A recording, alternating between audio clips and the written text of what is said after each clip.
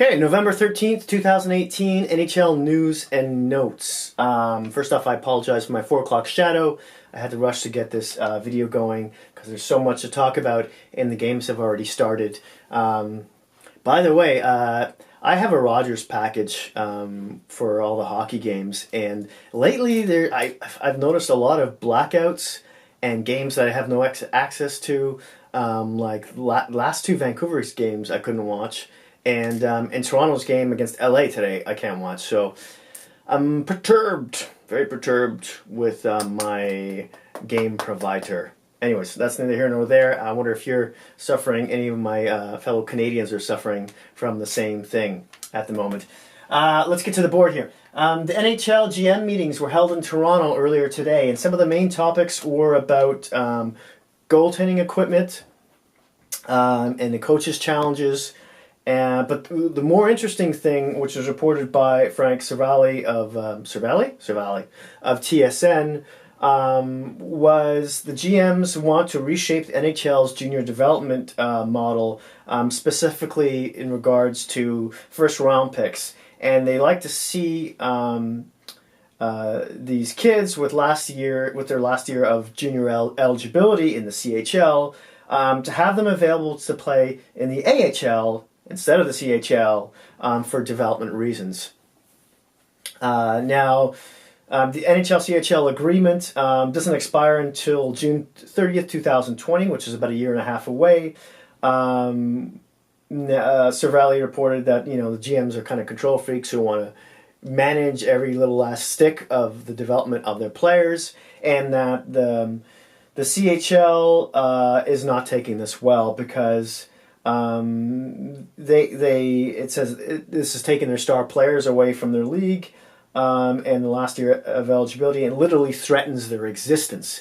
Now, there's an argument for both sides, obviously. I mean, I could see how the CHL is angry about this because these kids are pretty much, at this point in their development, they're guaranteed to be NHL players.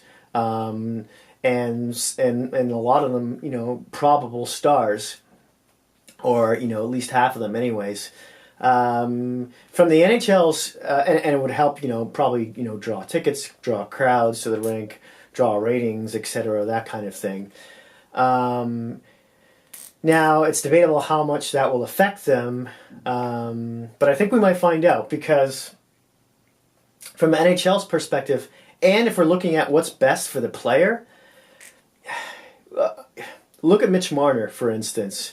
I don't even think he should have served his last years in the CHL because he was a league and beyond all the other players he was playing against. He was just racking up the points there. He needed to play against men, and that would be in the AHL to help prepare him for the style of play that the NHL teams play.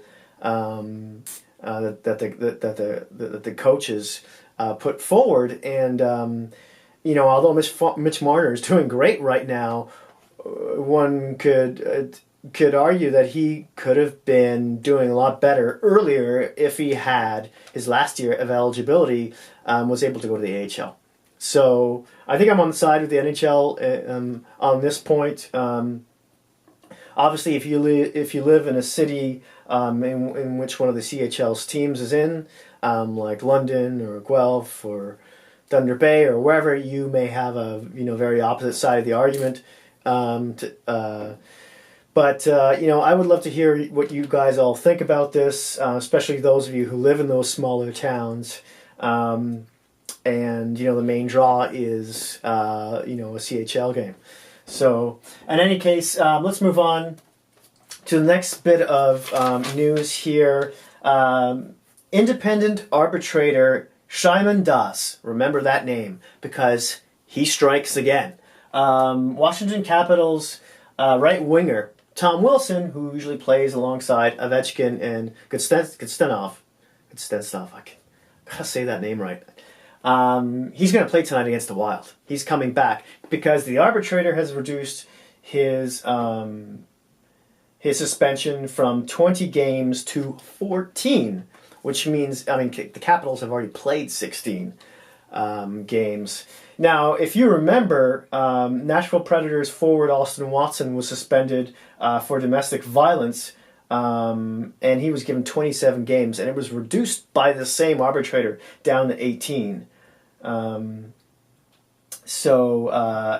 Tom Wilson, in Tom Wilson's case, the whole thing revolved around an illegal check to the head, which happened in a preseason game against St. Louis, in which he took out Oscar Sundqvist.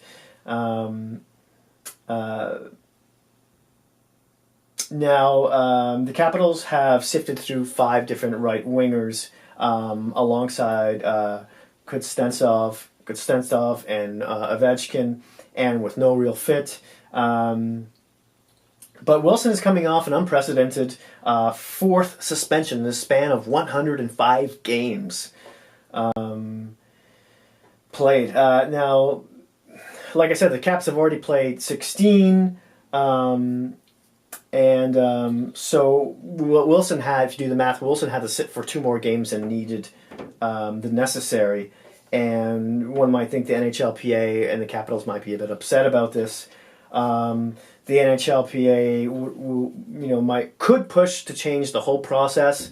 Instead of having to go through the appeal of Gary Bettman, having that skipped over and gone straight to the arbitrator in order to get that whole thing done faster. Because they also apparently are more concerned with loss of salary when it comes to, as opposed to the games that are missed. Now, the NHL could remove Das from his post as early as June 30th, 2019, which is when his agreed-upon term ends. My guess is that they will, especially after these 2 incidents. And, of course, there's the Weidman one again, in which that sentence was reduced. So, I know there's going to be a lot of controversy on this one. I'd love to hear your comments about it. Moving on, ex-Leaf assistant general manager Mark Hunter, who is now who went back to being general manager of the OHL's team London Knights. I believe he's also a co-owner, and his brother coaches the team, Dale. Toronto Star contacted him and got his comment on the Nylander situation. Basically he said that the Leafs made a big mistake in not signing Nylander, Matthews, and Marner to an extension this past spring-summer. Now, I guess first thing, one of the things I thought of in the back of my head was, is he still mad about not getting the general manager position awarded to him from Brendan Shanahan, and instead, of course, it going to Kyle Dubas? And is this a little dig at the Leafs? I mean, I don't see how this could be a positive comment when it comes to how it might affect the Leafs in terms of signing those 3 players. So if it's not a positive comment, you would see it as a negative one. Albeit, I think he's right. But I'm sure, if I'm sitting there, if I'm Brendan Shanahan or Kyle Dubas, I'm like, why don't you just say no comment? If you had nothing good to say, why say anything at all? So, I think he's a little bit upset still about not getting that job. Moving on, goalie Tuukka Rask is back with the Bruins after a personal leave of absence, not a health issue. He left Friday. In that time, Halak, the backup, was in net. He had 3 games. The first, which Bruins lost 8-5 in a shootout with Vancouver. He only had 19 shots on net, and he was pulled in that game. But the next two games, he did fantastically. The next game, the Bruins won 5-1 against the Toronto Maple Leafs. He had in which he had 41 shots. He stopped 41 of 41 shots. And then they in back-to-back games they faced the Vegas Golden Knights, in which he made 37 of 38 saves. So he's been really well doing really well while Rask has been gone. Rask, in the meantime, has a 4-4-0 record with a .901 save percentage and a 3.05 goals against. Also, on now that we're talking about the Bruins, defensemen Miller and McAvoy took to the ice today ahead of practice. Now Miller is sort of coming off a hand injury, and it's possible that he could return on the current road trip they're on. Whereas McAvoy, who's sitting out with concussion symptoms, they're a bit unsure about when he's going to return. Both have been missing since October 18th. Next up, the New Jersey Devils place Brian Boyle on the IR with an upper body injury. This happened on when Boyle received a questionable hit from Dustin Byfuglien of the Winnipeg Jets in a game on Sunday. Devils recall 21-year-old Pavel Zacha from the AHL. He's a former 2015 6th overall pick. He was up with the Jersey Devils, if you remember, the beginning of the season. He played 10 games but went pointless. So we'll see what happens with him this time around. Brian Boyle, so far this season, has had 6 goals, 1 assist for 7 points in 15 games, and has played an average of about 13 minutes a night. He's a centerman. They're going to miss him. He's also really great on the face-offs. If you haven't seen that hit, go check it out on social media. It's like mountains colliding. It's like 500 pounds of human. Yeah. Next up in the news, the Leafs placed Trevor Moore from the AHL. He's a winger who was signed as a free agent with the Leafs and their minor league and the AHL Toronto Marlies back in 2016, I think. Now, so far in 12 games this season, he's had 9 goals and 3 assists for 12 points, a point a game. He was recalled earlier. A few games earlier, but he didn't play. He ended up sitting, which he might do again tonight because the only players who he might replace might be Josh Levo or Tyler Ennis. Now, the games have already started, but no one except in LA can see that game, or maybe if you've got cable or some kind of magic box, you might be watching that game right now, and you can tell me in the comment section if he's playing or not. But he's a real feisty player. Babcock really likes him. As soon as the first injury comes around, he's gonna step in there. Now with Nylander and Matthews not playing, he's sort of been bumped out to sitting in the press box, being that guy in the press box. We'll see what he does with him. Next up, the Jets forward Perreault leaves practice with a lower body injury. He usually skates with Kyle Connor and Brian Little. In 16 games so far this season, he's had 3 goals and 1 assist. He is it's his 5th season with the Jets after coming into the NHL with the Washington Capitals back in 2009-10 season. Ironically, the Jets will play the Caps next on Wednesday, tomorrow. Next we have Dallas forward Devin Shore is out 7 to 10 days with a lower body injury. He suffered against the Columbus Blue Jackets yesterday, and that was in a game that Alexander Radulov returned from a 6-game injury absence.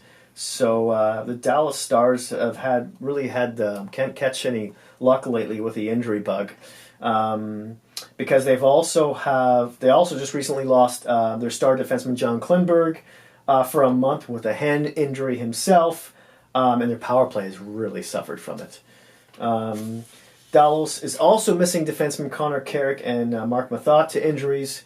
And speaking of Devin Shore, he's put up quite a bit of offense for them so far this season. And give or take, I think 16 games they've played so far. He's been skating with a top line with Tyler Seguin, and he's had 11 points so far. So it's quite notable absence for the Stars. And he was also a 2nd-round pick of theirs back in 2012. Now, next up is Daniel Carcillo. Will keep pursuing the concussion claim with the NHL. if you remember yesterday, I believe it came out. Anyways, it came out recently. There was a settlement reached with a bunch of players who filed suit in 2016 with the NHL on concussions. Now, Daniel Carcillo, if you're not familiar with that name, he's a former NHL enforcer who retired back in 2015, who racked up over 1,200 penalty minutes, and he sustained multiple concussions during his 9-year NHL career. Now, the NHL and former players who filed suit in 2016 say the NHL promoted a violent style of play without adequately warning the players about the risks of head trauma, and they agreed to an $18.9 million settlement, which would be divided between 300 former players. Now, the NHL, I put a video out on this yesterday. The NHL agreed to a settlement, but they didn't admit to any culpability on the fact, and so that's what Carcillo is angry about. But each player has 75 days, of those 300, has 75 days to opt in or out of the agreement. So Carcillo is opting out of it, and he wants the NHL to admit to effing up and issuing an apology. And he wants them to issue an apology about it. You can read more about this in an article written by Sean O'Leary on The Score. I won't get into it any more than that. As I said, I put out a video about the settlement yesterday. You can also check out in my news and notes segment. Next up, and last bit of news, we'll end on a little happy note. Yay, happy news. NHL. New York Ranger goalie Henrik Lundqvist, the King, ties Jacques Plante for 7th overall on the all-time win list. Really happy for Lundqvist. What more can I say about this? I mean, he's definitely on my list of top 3 players who I wish would win the cup before he retires. Active players.